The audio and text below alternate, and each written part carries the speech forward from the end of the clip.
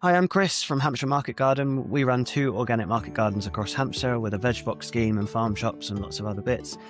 We've been with Ooooby since 2020, so a very long time.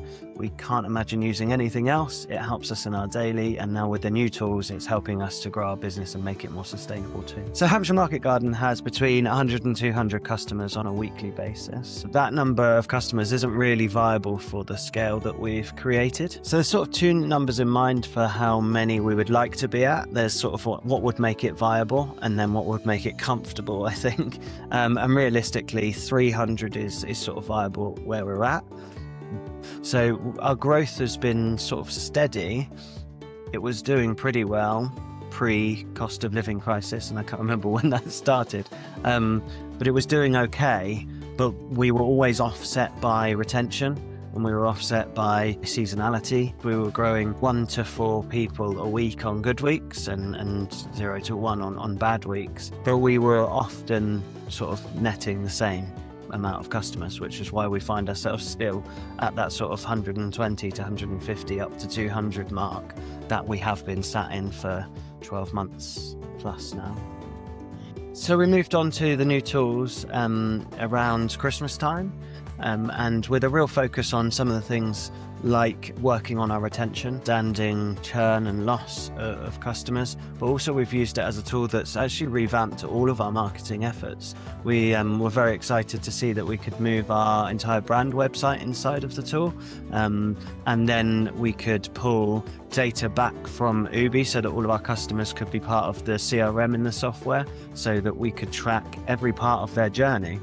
We could then start to understand where we were losing them, where they might stop buying, whether they didn't buy on a certain offer, all of these things, so we could really understand the customer. So the tools really gave us this sort of clarity around, rather than going, right, they saw an Instagram video and now they're on the shop page, we could hold their hand through that process, see what was working, see what isn't.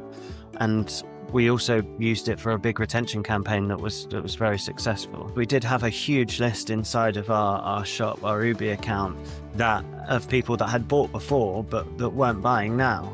And so we were able to pull that data into the new tool and run a campaign, which is mainly an email campaign, that asked the customer different questions based on why they hadn't bought. It was really quite simple in terms of how it operated. It just said, look, can we be honest? Can we ask you a simple question? It gave 5 different options, ranging from price through to delivery didn't work for me, and various different things, timing. And then we were able to segment our list based on what they clicked. And it was a very simple one. And none of this really would have been possible without this tool. It broke down the barriers to someone telling us why they weren't buying from us anymore, which is a really powerful thing to have anyway.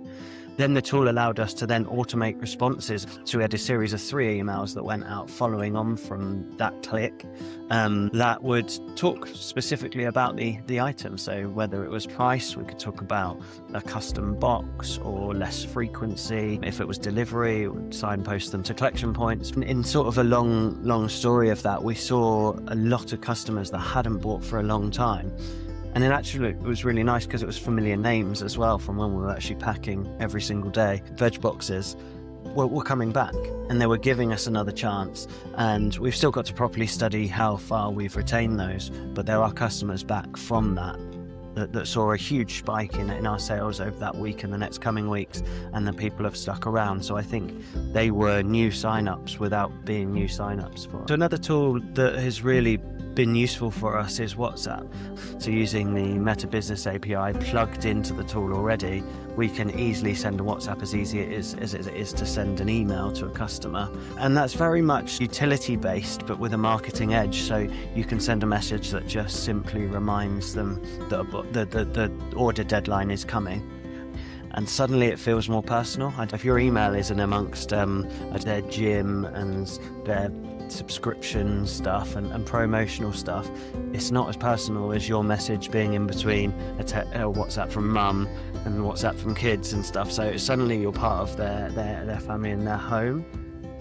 And even with little marketing bits and pieces, it works as well. Just a little nudge. I don't think you can put big long essays on there, but you can say, we've got these amazing new kombuchas on the range.